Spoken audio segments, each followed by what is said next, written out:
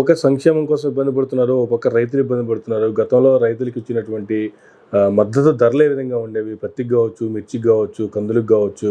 కానీ ఇప్పుడు చూసుకుంటే వడ్లకి దాదాపుగా సగానికి సగం పడిపోయినటువంటి పరిస్థితి, రైతులు ఇబ్బంది పడుతున్నటువంటి పరిస్థితి. కనీసం కూలీ డబ్బులు కూడా గిట్టట్లేదు ఈ వస్తున్నటువంటి రేట్లతో అనేటువంటిది రైతుల ఆవేదన.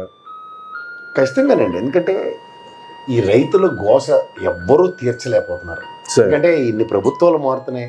ఆ స్వామినాథన్ కమిషన్ ఎవడో ఆ పొజిషన్లో కూర్చోగానే ఫస్ట్ మైక్ వస్తే ఆడ అడిగి చెప్పేది సమాధానం ఏంటంటే స్వామినాథన్ కమిషన్ది ఇంప్లిమెంట్ చేయమని. అలాగే ఎంఎస్పి గిట్టుబాటు ధరని ప్రభుత్వం నిర్ణయిస్తున్నప్పుడు రైతుల వెతలు ఎవరు తీరుస్తారు? వాళ్ళ నిత్యావసర వస్తువుల ధరలు ఎబ్బడి ముబ్బడిగా పెరిగి ఉండి ఎవరికి కాలు చేయి కూడా అందట్లేదు. అలాంటి పరిస్థితుల్లో సామాన్య మానవుడు కూడా సతమతం అవుతుంది. దగ్గర ఈ ముడిసరుకు ఎవరైతే పండిస్తున్నారో ఆ రైతులకి గిట్టుబాటు ధర ఎక్కడ? ఇప్పుడు చెప్తుంటే ఇప్పుడు ఉదాహరణకి గత ప్రభుత్వం ఈ ప్రభుత్వం కంపారిజన్స్ చూసుకుంటే కందులు 13,000 రూపాయలు ఉండేవి, 6,000 రూపాయలు అట. ఇప్పుడు వడ్లు 2,000 కొనేది 1,300 కొంటున్నారు. అలాగే మీరు పత్తి చూసుకుంటే 6,700 నుంచి 4,500కే కొంటున్నారు ఇప్పుడు. అలాగే మీరు మిర్చి 20,000 గతంలో. ఇవన్నీ లాస్ట్ ఎంఎస్పీలు రైతులకు గిట్టుబాటు ధరలు ఇవన్నీ మనం పేపర్లోనే అన్నిటి చూసిందే కదా వార్త. ఇప్పుడు అది దయనీయంగా 10,000 రూపాయలు ఇస్తున్నారు మిర్చికి. ఇప్పుడు మిర్చి పంటకి 4 సార్లు నీళ్లు పెట్టాలి. ఆ కష్టం ఎలా ఉంటుంది? ఇప్పుడు రైతు కూలీలు ఎంత ఇబ్బందికరంగా దొరుకుతున్నారు, వ్యవసాయదారులకి ఎంత కష్టాలు వస్తున్నాయో గమనించుకోమానండి సార్. ఈ ప్రభుత్వం ఒక గేమ్ చేస్తున్నప్పుడు నిత్యావసర వస్తువుల మీద నియంత్రణ చేయక రైతులకి గిట్టుబాటు ధర ఇవ్వక ఎవరితో చేస్తున్నారు ఈ ప్రభుత్వాలు? ప్రజాస్వామ్యాలు ఎవరిని ఉద్ధరించడానికి ఉన్నాయి కేంద్ర రాష్ట్ర ప్రభుత్వాలు. ఏమంటే వాళ్ళు ఏమో వాళ్ళకి కేంద్రం నిర్ణయిస్తుంది, మేమేం చేస్తామంటారు.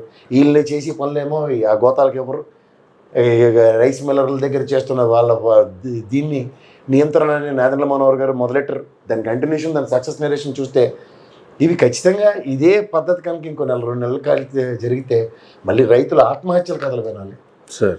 ఎందుకు సార్ ఈ తపన, ఎందుకు ఈ బాధ? ఇన్ని గవర్నమెంట్ చేస్తున్నారు కదా, నేషనల్ ప్రైవేట్ చేస్తున్నారు. ప్రైవేటు వ్యవసాయదారులని గవర్నమెంట్ పరంగా తీసుకొని చేయించండి సార్. వాళ్ళతో వ్యవసాయ కూలీలని, వ్యవసాయం చేసే రైతులకి ఒక పక్క కార్డులు లాంటివి ఇవ్వండి సార్. ఆ సిసిబిజీ కార్డులు వాళ్ళు కౌలు రైతులకు ఉంటాయి కదా, అలాంటివి దానికి ఒక విధి విధానాలను మార్చండి. 5 కోట్లు తీసుకెళ్లి ఒక్కోడికి 1,00,000 రూపాయలు ఇచ్చిన పవన్ కళ్యాణ్ గారు కౌలు రైతుల వెతలు ఈ రోజుకి 8 నెలలు అయింది. ఏం తీర్చుదామని ఇచ్చారు చెప్పండి. ఆందోళన ఇచ్చినట్టు ఇచ్చారు కదా సార్. ఇప్పుడు దానికి శాశ్వత పరిష్కారం చెప్పండి. ఎవడైతే పండిస్తూ ఉంటాడో ఆ రైతు కౌలు చేస్తూ ఉంటాడు ఆ పంటకి, ఆ కౌలు రైతుకి ఓనర్ సంతకం పెడతాను కానీ కౌలు రైతుగా గుర్తింపు ఉండదు. దానికి ఒక సరళీకృతం చేయండి సార్ దాన్ని. అంతే కదా, ఇంత టెక్నాలజీ ఉంది, దాన్ని ఐడెంటిఫై చేయలేమా? ఏ పొలంకి ఏ కౌలు చేస్తున్నాడు అన్నది విలేజ్ మ్యాపింగ్ ఉంటుంది కదా, గవర్నమెంట్ తెలుసుకుంటే సార్. ఏదైనా అదే చెప్తున్నాను. ఇప్పుడు నేను వాళ్ళని కాపాడే నాదుడే ఉండడు. రైతుకు కనీసం విత్తనాలు సబ్సిడీ ఇచ్చేస్తున్నాం అంటున్నారు, నీళ్లు ఇచ్చేస్తున్నాం అంటున్నారు, 9 గంటలు కరెంట్ ఇస్తాం అన్నీ చెప్తున్నారు కదా. కానీ ఎందుకు రైతుకి గిట్టుబాటు అవ్వట్లేదు సార్? 20,000 వాళ్ళు తీసుకొచ్చి 13,000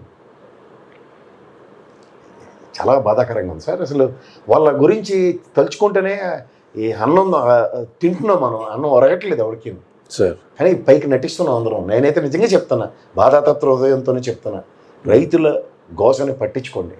ఏదో రైతు బంధు అనో ఇక్కడ తెలంగాణలో మొదలెట్టి దేశవ్యాప్తంగా ఇస్తుంది కూడా ఈ సంవత్సరం ఇప్పటికి రాలేదు. రబీ ఖరీఫ్ సీజన్లు 2 పోతున్నాయి సార్. రూపాయి డబ్బులు లేక పట్టుబడికి వాళ్ళకి ఏదో కష్టానికి కాలు చేయకూడదు తీసుకోవడానికి ఒక ప్రణాళికాబద్ధంగా కూడా తీసుకెళ్లకుండా ప్రభుత్వాలే మారుతున్నాయి. ప్రభుత్వాలు మారుతున్నప్పుడు కొన్ని కంటిన్యూషన్ ప్రోగ్రామ్స్ని ఎందుకు రీడిజైన్ చేసుకోలేకపోతున్నారు? సామర్థ్యాన్ని పెంచండి సార్, పనితనాన్ని పెంచండి. ర్యాంకులు ఇచ్చుకున్నారు కదా, ఏం పని చేస్తున్నారు చూడండి. వ్యవసాయ శాఖ మంత్రికి ఏం ర్యాంక్ ఇచ్చారు గమనించుకోండి. ఏంటి సార్ ఇది, ఎంత ఘోరం? ఒక ప్రభుత్వాన్ని ఆడిపోసుకుంటున్నాం కాదు. ఇక్కడ కాన్సెప్ట్ ఏంటంటే ఈ ప్రభుత్వం వచ్చిన తర్వాతనే వాళ్ళ బతుకు వెతలు మారాలి కదా సార్. ఇంకా దయనీయంగా ఉంటాయి.